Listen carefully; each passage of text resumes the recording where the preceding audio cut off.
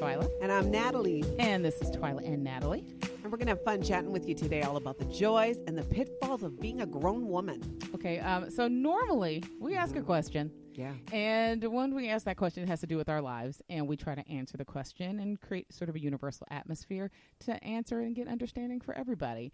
But today, we get a little bit different.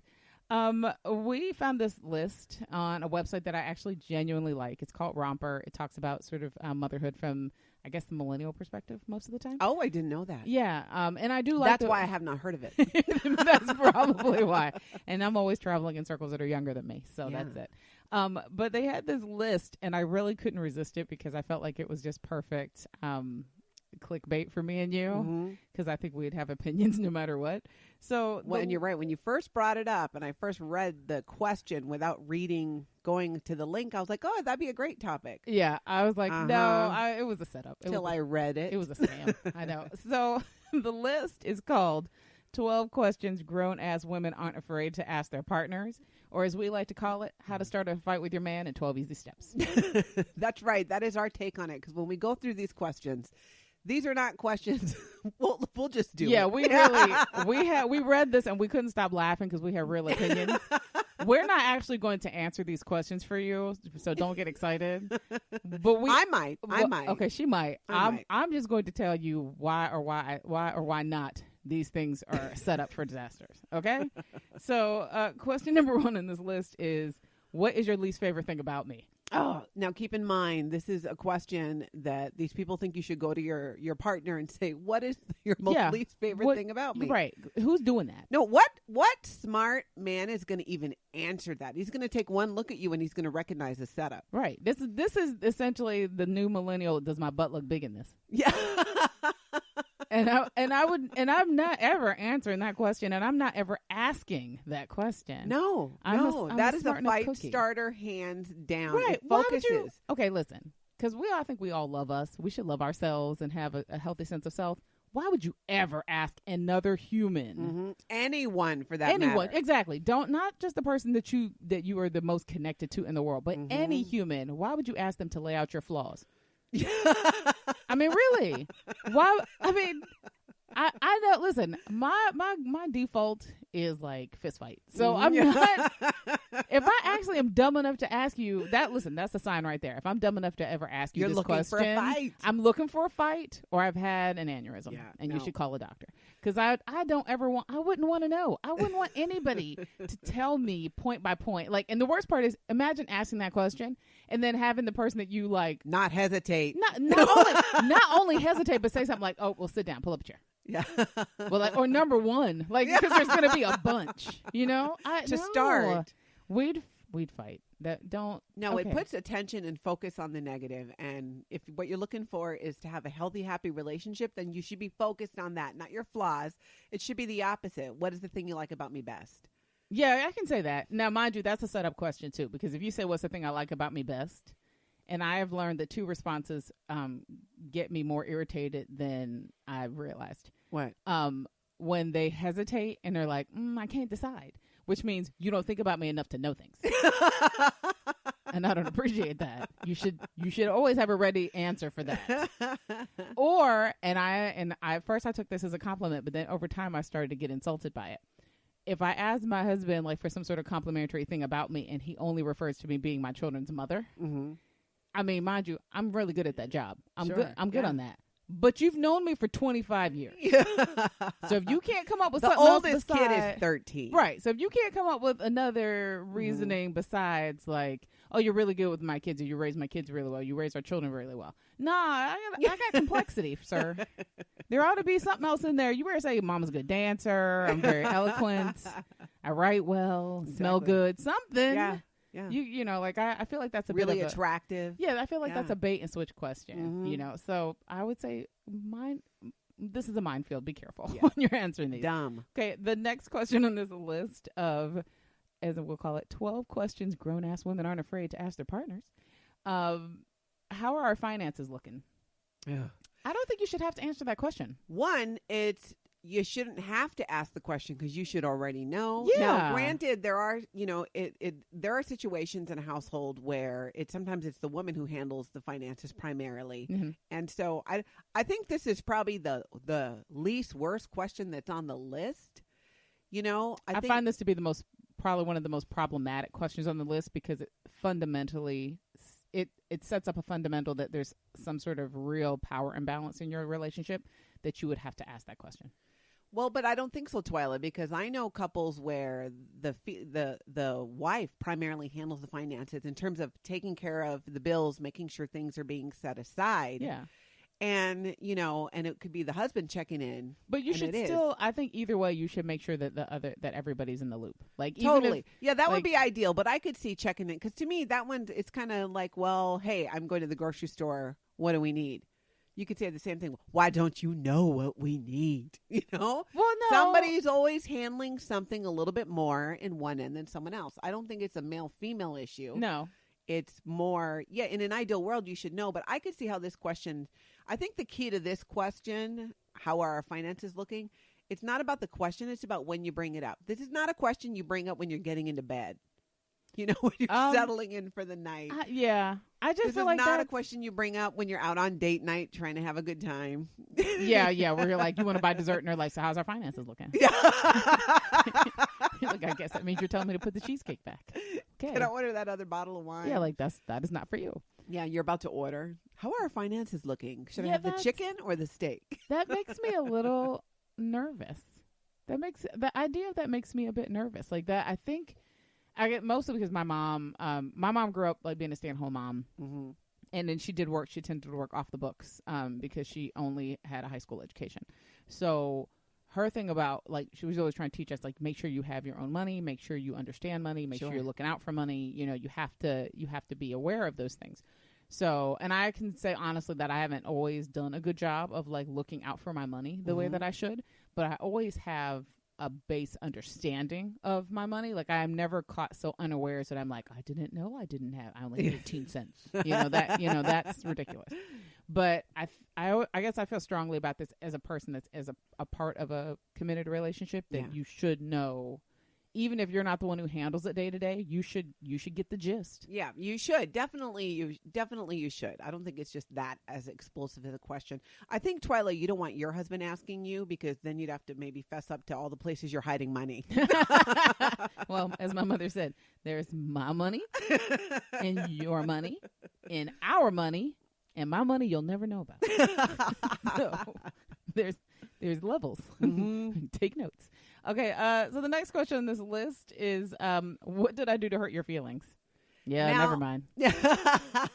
Now, that one, I could see a time and a place. Yeah. If I notice that, Tony seems a little peeved or something, I won't say, what did I do to hurt your feelings? I might say, hey, what's going on? You seem a little edgy. Aww. I think the biggest problem with this question is, unless like you were in the middle of a discussion and then your partner is obviously looking hurt, right? You said or did something to hurt their feelings.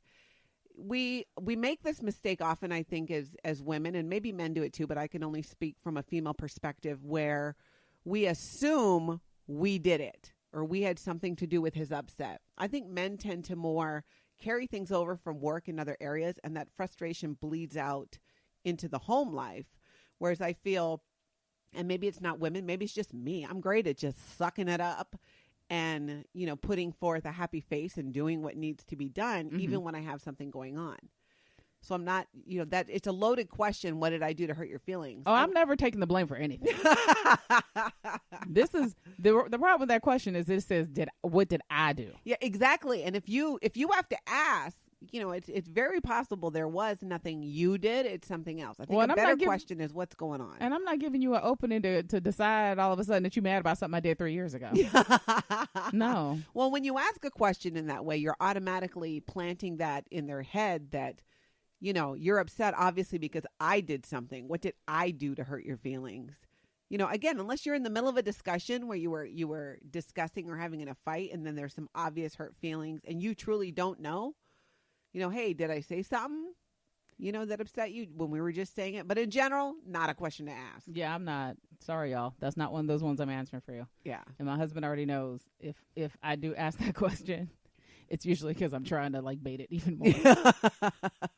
What did I do to hurt your feelings? Because I want to make a note of it for the next time you piss me off. Then I'll start listening. Oh, so was it when I did this or was it when I did this? Which one worked better? I'm proud of that one. Exactly. I'd be a jerk about it. Okay, so next on this list of 12 questions grown-ass women aren't afraid to ask, or as we like to say, how to start a fight in 12 easy steps. What do I do that annoys you? Oh, whatever. That's like, no whatever. way. No, whatever. If this list was really generated by millennials, it is. You can tell like it is. You got a problem. But you can tell don't it is. do this. They think let's just put it out there. Let's just. Well, it's all about. It seems the questions seem to be a very leading. Tell me what's wrong with me. Tell me how I can fix myself. Tell me. You have hit the nail almost exclusively on the head, but this is not a millennial problem per se. This is a young person problem. Young people do this. We live in angst. That's why as 20-year-olds, we don't appreciate that our breasts are never higher and our hips are never smaller. We just don't get it at 20 that there's so much more in life to look forward to, and the things that you're focusing on, like all this internal, turn this bad energy on yourself, is such a waste of your lifespan. But we don't put that together until 30 or 40. Yeah. Or, sometimes a little later than that. I mean, I told you I didn't discover how amazing I was until I actually had a child at 30, and I truly didn't understand that I am an absolutely amazing human being until I was 40. So that's just kind of I feel like that's just sort of the time-honored tradition of not appreciating who you are, where you are.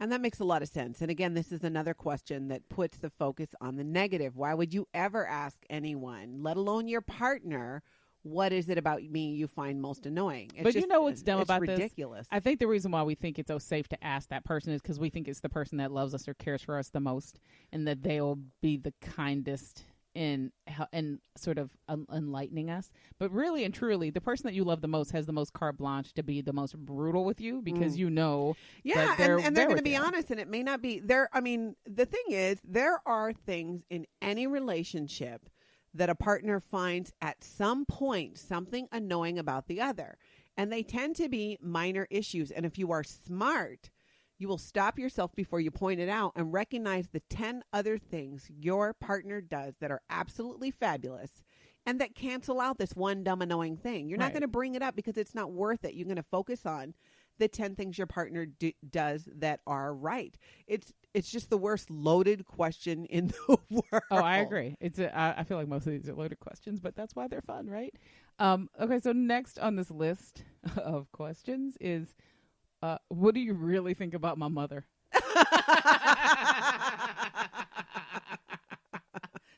Well, you know how wrong we are for laughing at that. I know, and again, no. Listen, no. I'm no dummy. No, and if you get asked that question, if you are in a situation where there's something you don't like about your spouse's mother, don't be dumb enough to say it. Okay, pay attention. Let's just be real here. We all have something we don't like about our spouse's parents. That's it.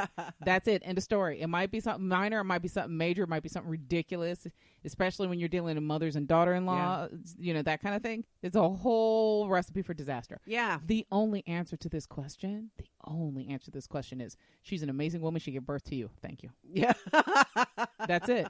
Don't say another word. No, and you can't. And this is the thing you have to realize. You might mutually share something you don't like about your partner's mother.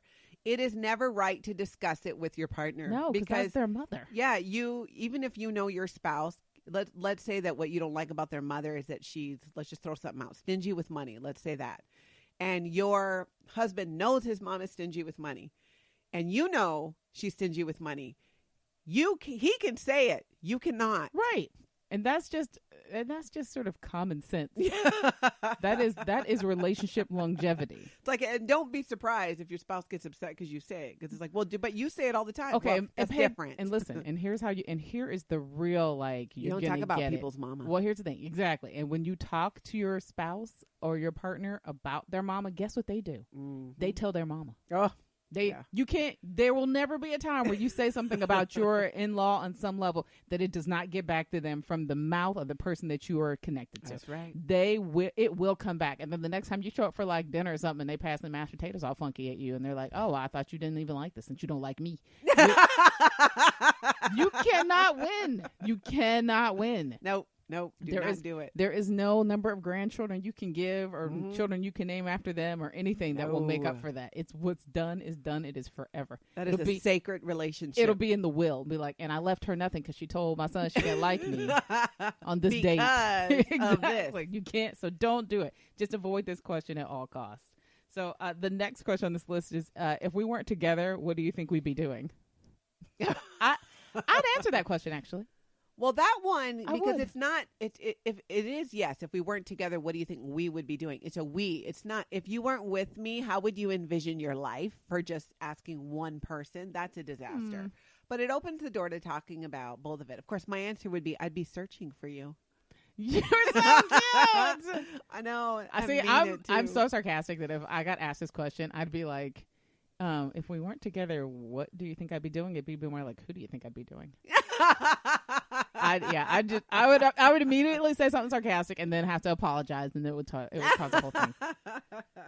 But that was not too bad. But you know, it's funny in our household we talk like that all the time. We really do, and not in any kind of like negative way. But we always talk about. No, it's kind of like when you pass. Here's what I'm going to do. Oh, now you know we have that conversation. Listen, sometimes you have to. Listen, my husband doesn't listen to this podcast, so we're fine. But he has this deeply rooted notion that he doesn't want to be on this planet more than 70 years because he knows he's turning into a crotchety old man and he's okay with it. Yeah. And he says he's had a good ride and he's okay with the ride ending at a very specific point. And I always tell him, I will tell my second husband all about you because I plan to be here as long as possible. If they put heads in jars, I want you to put me in a jar, turn me toward the television. I want to see what's going on.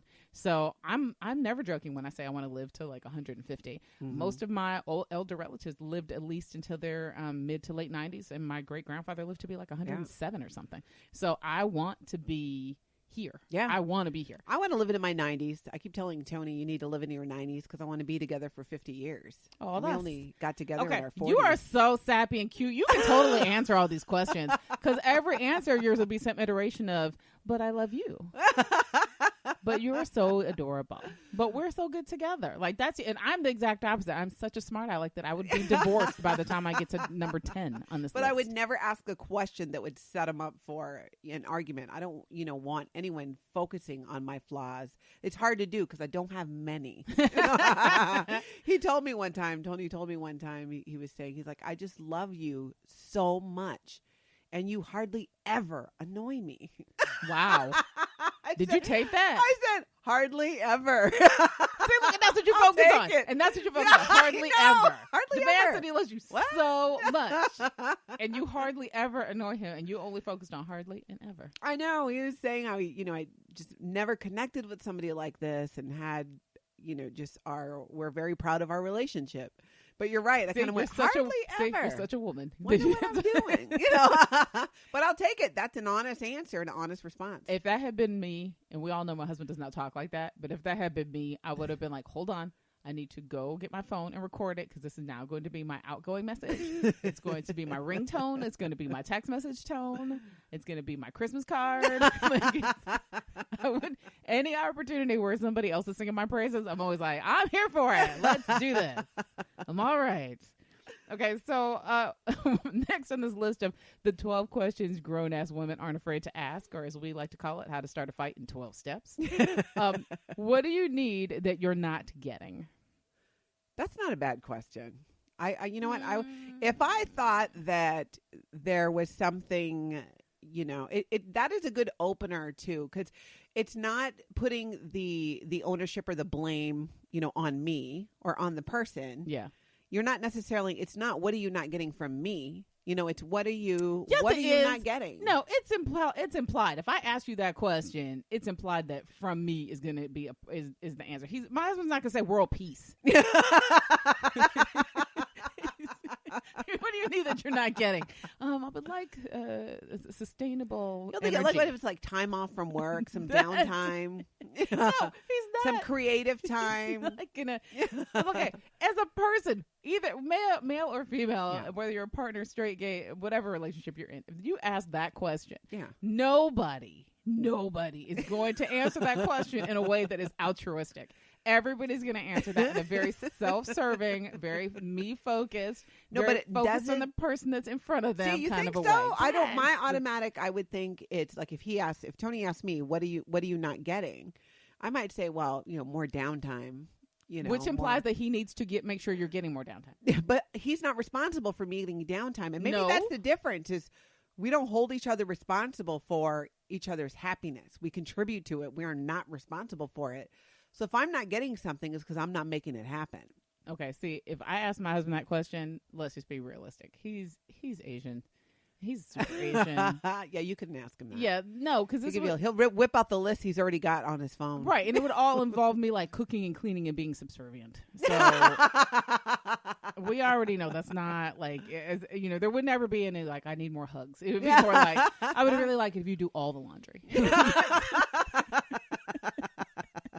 Like folded and put away. Right. It's like, there's no, especially with type A people, they're waiting for opportunities like this so they can educate you on how to properly take care of them. Yeah. I would never even begin to ask that question because I would not want to deal with the crap show that comes from it. True. I get that. Yeah. So I still maintain that nobody would be altruistic. The next question on this list is, are you attracted to someone else? Oh, no. Whatever. That, again, dumb. Okay. Because, one, are you attracted to someone else? Of course. There's a difference between being attracted to someone or finding someone attractive and actually acting on it and doing something about it. No, I don't want to know. You don't want to know? I mean, I don't want to. Because here's the thing. I think it's dumb to ask because you're not going to get an honest answer. And if you think that your partner walks through the world not noticing other women, other people that they're attracted to, then you're naive as all get out. What are you trying to say? No, I'm kidding. I'm totally kidding. I'm kidding.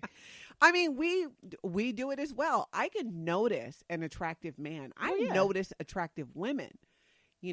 Of course, men are going to notice attractive women. Right.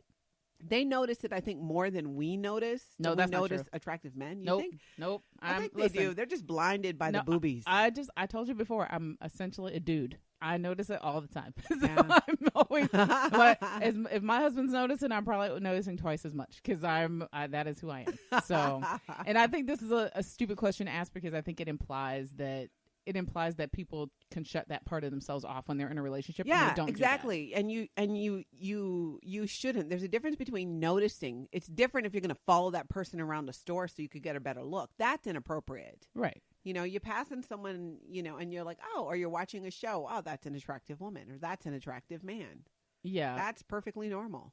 Well, I mean, yeah, I mean, I feel like you don't sit there and go, though, oh, you know what? Little Johnny's kindergarten teacher, have you had a look at her? I mean, that would be like, what? No. But men are going to notice other women, and hopefully you are with a partner who does it respectfully. Okay, well, here's the thing: you can notice. Yeah, you can't touch. Exactly. That's the end all be all right there. That's common sense. That's a live or die reality. What time are we living in, Harvey Weinstein? Yeah. We know that's the common sense, but we also know that a lot of people are not adhering to common sense right now. That's right. So no touching, and there shouldn't be any commenting on it either. No, I just feel like notice it. Yeah, for the sanctity of marriage, acknowledge it in your head. Yeah, you can think somebody's hot all day. Don't say anything. Yeah. Don't say it. I mean, I'm not dumb. And the thing is, and especially if you're with somebody for a long time, their type, your totally. type. And totally. Well, I guess that's not accurate because my husband knows that before him, I essentially dated the rainbow. So I'm your quirky. type, Twyla, is breathing. Pretty much. Can he fog a mirror? Yeah, pretty much. So I'm what's his stamina like? I don't have a necessary one type. Half the time he'll be looking at me, we're watching something, he'll be like, seriously? Because he'll see, I guess I must have that look on my face like, okay. And I can remember, though, being younger and having it in my mind that my partner wasn't attracted to anyone else, didn't even notice women. I don't know where I got that dumb idea from. Because we're stupid girls and we totally over-invest in what the fantasy that comes with being in a relationship. We've been conditioned to think that you get in a relationship and you become hyper focused on they're my one true everything. So my one true love, my one true, of course. He's not going to notice. Well, and at least in the beginning when you're in a relationship, you get so all the hormones are kicking in. So you really don't see anybody else but them. Yeah. I mean, you don't, looking back now, I think it's funny that at the time that I started dating my husband, I was dating another guy at the same time. And the other guy on paper, he was a good bet. I would have wound up with a good life. And then, but at the time, I had blinders on. All I saw was him. He was just the moon and the stars. And that's part of, your body's supposed to do that. The hormone's supposed to kick in so you can mate. That makes sense. So, long term, I'm not going to sit there and tell my husband, that one. Yeah. You don't do that. You be respectful. Exactly. Keep it in your head. Now, right along that line, the next question, hot diggity dog. If you're sleeping with someone else, you're using protection, right? Girls, people, if you are asking that question, you are not in a relationship. No, you're not. And that's okay if you're not. And I think that's a very valid question if you're just in hookup culture, because a lot of us are in hookup culture. But that a lot of us, you're talking about it like it's one of us in the room. Oh yeah, no, not us. Sorry. A lot of fellow females are in hookup culture. The two monogamous women over here are not. Wow, I'm gonna get it for that. You're lucky your husband doesn't listen to the podcast. I know, but somebody's gonna tell him. No, my first response to this question was very simple. If I feel the need to ask this question, it's gonna go. If you're sleeping with someone else, you're using protection. No, wait, hold on. I'm just gonna go burn your stuff right now. That's right. You're gonna ask that question while you're looking for the matches. Listen, you know me. I'm gonna ask that question after it's already halfway burnt, and if the answer is I'm not sleeping with anybody, and be like, oh my bad, you should buy some new shirts. I can't believe that question is even on this. If it's supposed to be a serious list, because this is these are questions. I think that's a valid women question. shouldn't be afraid to ask their partners. No, I think that's a valid question. Sarcastically, if you're sleeping with somebody. No, I think that's a valid question. If you're say 19 to 29, and you're in, and please don't email me about the age range. I know I'm just thinking off the cuff here. And you're in, what we would consider hookup Tinder culture. You're not looking for a relationship long term. You have maybe a couple of go-to people that you hang out with, you kick it with, you have sex with. Yeah. I think it's absolutely fair to ask somebody you're having but the sex list with. is entitled, isn't it, questions that grown-ass women shouldn't be afraid to ask their partners, or is it just ask? I think it's just ask, which is fine. Okay. And if it's just ask, nope, you're right. It says ask your partner. Yeah, ask your partners. It's okay, then that's not your partner. You're not. Yeah, that's not your partner. Yeah, I think that's completely. And if it is, and y'all got mind you and I are old fogies, so we don't. We're in monogamous relationships with one person. Yeah, but if you're we're not polyamorous. We're not. But if you are, then again, it's not open relationship. We're not.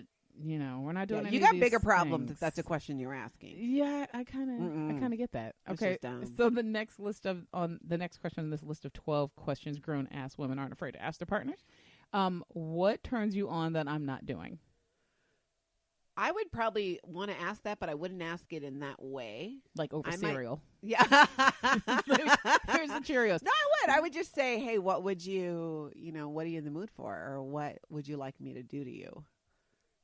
Something like that. I wouldn't put the it's kind of like, if you were, I can't. Let me give it to you, put it this way. If you're, women, ladies, if you want your partner to do something sexually, or they've maybe done it, but they haven't done it in a long time, it's all in the wording. You don't say, could you blah, blah, blah. Again, you haven't done that in a while. You say, let's keep it PG and say it's stroking your hair. I really love it when you stroke my hair. You're so cute. That's how you word it. She said keep it PG and ask. That's kind of PG. It's totally PG. It's G. It's not even PG. That's just G. That's that's total Disney. But you get what I'm saying. It's I really like it when you insert what the behavior is. Works with children as well. I really like it when you make your bed. I really like the way you're keeping your room clean. See, this is positive reinforcement. It's not going to work for me. I'm too much of a guy. Or I would ask, again, is there, something you want to try? Is there something, I could do, something you have in mind? I'm a guy. I just don't have the patience to do all of that. I'm all about the negotiation. But you do want to please your partner. Do I? Yeah. It makes for a more complete experience. I think a lot of that, and I can speak for me, a lot of my pleasure comes from being able to bring him pleasure and seeing that effect. Okay, you do know I used to have like a very strong winner's mentality. I just want to win. Used to? Okay. So part of winning was like, who's going to outlast the other or who's going to exhaust the other? That's a win. Like if you're about to be unconscious, I win. Which in turn benefits you because now I'm going above and beyond to prove my point. But you mean unconscious with pleasure because it's so pleasurable. Oh yeah, completely. Yeah, completely. Like you're not gonna there's nowhere else you're gonna go to figure this out because I win. Nobody's better at this than me. Yeah, that's how I've always been. So. And then, like I said, I don't have the negotiation skills to sort of judge it and be like, I really like it when you do this. I'm always kind of like at the negotiating table, like, okay, I will trade you 3 of these for 1 of these, or 2 of these for 2 of those. But that's good too, because don't you think when you bring that up then with your partner, when you're communicating what your needs are, it opens the door for them to say, oh yeah, I would love to do that. Yeah. I'd also like this. I think that's really healthy. Yeah. Well, see, like I said, you're still talking very sort of nicely. I'm very efficient. It's like, okay, especially with kids and like we were relegated for years to like the territory of having sex between like 2 and 4 in the morning when the house is dead quiet and it's dark outside. So you have to be efficient with not just movement but with like the plan. Like the plan is going to be, we're going to go to sleep at 10. I'm waking you up at 1:45. When I wake you up, hands will be here and here. Respond accordingly. We only have until 3 because we need to get up at 6 with kids. And don't forget to put your clothes back on because we need to go at 70% because if we go at 90, we're going to pass out naked and then kids are going to find us naked. We need to be let's just keep this at a 75. You got to tone it down. Yeah, we're going to keep this at a 75 today. So I mean, I've always been exceedingly efficient. That's the only area of my life where I'm efficient. But it's really good that you communicate what your needs are. And that's, I think, one of probably the only good questions so far that we've run into on this list because that is such a key, important part in a relationship. You can all day long, I wish he would, I wish he would, I wish she would, until you say something about it or communicate it or, hey, let's try this or have an agreement. Tony and I have had conversations. It's like, hey, there's a lot we're open to. You just got to communicate and I'll let you know. If like, no, that is off the table. We've always said that if we're going to be in a long-term monogamous relationship, everything has to be on the table for discussion. Yeah. And then so I always say there isn't anything that I would immediately say no to unless it's illegal or immoral. Everything else we can discuss. Yeah. And it's a yes or no proposition between the two of us. Sure. Because you can't commit to being with one person long term and not be willing to sort of be open to exploring whatever is out there to be explored. And getting freaky sometimes. Well, listen, marriage is a long process. You should make sure you're enjoying the entire process. It's a marathon. It's a marathon, not a sprint. That I agree with wholeheartedly. I really do. Okay. Sometimes you got to rehydrate. And sometimes water just won't do it. Okay. I'm only laughing because I used to keep a water bottle next to the bed specifically for that purpose. Good God, Twyla. I tried to tell you. I'm a guy sometimes. It's okay. Okay, next on this list, we'll actually have a couple more on this list. What do you think our biggest weakness is as a couple? Dumb. Really? I actually like that question. No, it should be, what do you think our strongest point is as a couple? What do you think makes us our strongest as a couple? Would be a better question. No, because I already know the answer to that. You.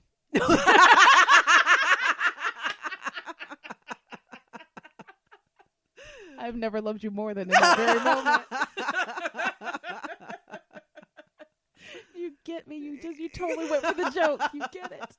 No, I mean, I feel like I know the answer to that question because I know what makes us tick. I know what makes us us. But wouldn't you then, you would also know, I think we all know inherently as when you've been with somebody for any length of time, you know what your strengths are and you know what your weaknesses are. Well, you know what your individual strengths and weaknesses are as you as a person and sometimes them as a person. But I think it's an interesting question to ask as a couple. What do you think as a couple are weaknesses? Because I think that's an opportunity for growth for the two of you to say, you know what, we don't fight fair.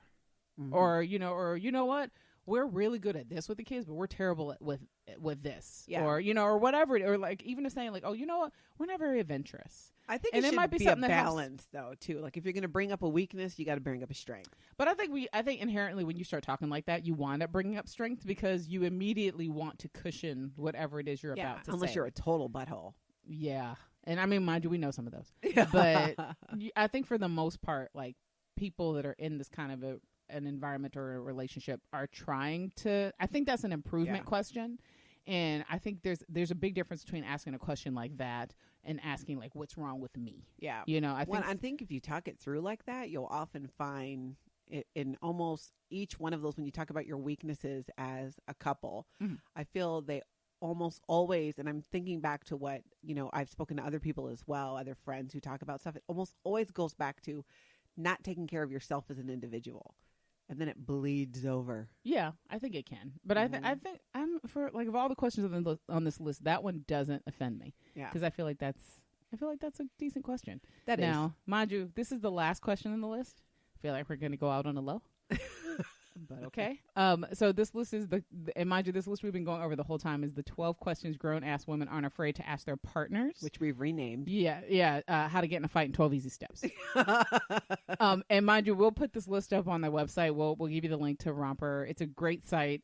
Every once in a while they put stuff like this up, and it's perfect for us. But they crapped the bed on this one. Yeah, they did. So the last question is, are you really, truly happy? No, I'm not answering that question. No. I mean, do you want me to stay married? I feel like Well, are we talking in general or are we talking about the relationship? And here's the problem. When you ask somebody that question, it's that open-ended. When they say no, how are you going to interpret it? Before they even have a chance to explain themselves, they say, if I ask you and we're together and we're in love, and I go, are you really, truly happy? And I'm thinking in my head, I know you're going to say yes. And you go, no.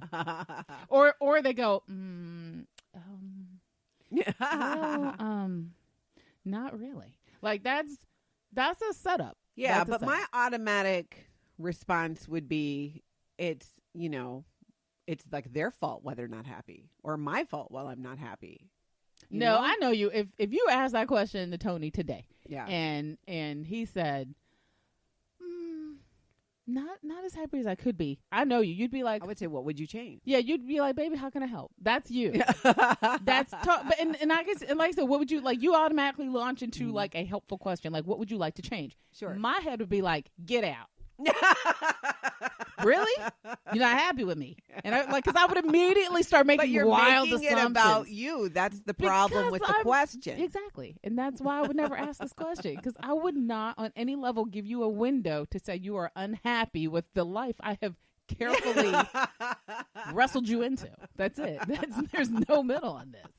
I think the common denominator with a lot of these questions on this list, or these are questions I feel that maybe the writer of them should be asking themselves. These are not things you should be asking, not just your partner, but anyone. Okay, wait. If you look back, these are questions I think they should be. It's self-evaluation and self-reflection. Okay, wait. If you see now, you have managed to take this insidiously stupid list and completely give it new perspective. Yeah, if we ask the question from that viewpoint. Okay, we're gonna do this really quickly. If you turn this and say these are questions that you ask of yourself as a grown-ass woman, not other people, but yourself, and you ask, what's the least favorite thing about me? And at the end of the day, if you are a grown-ass woman, you are asking yourself these things. Right. Now, not your partner. but that totally turns us on its head. Now these make sense.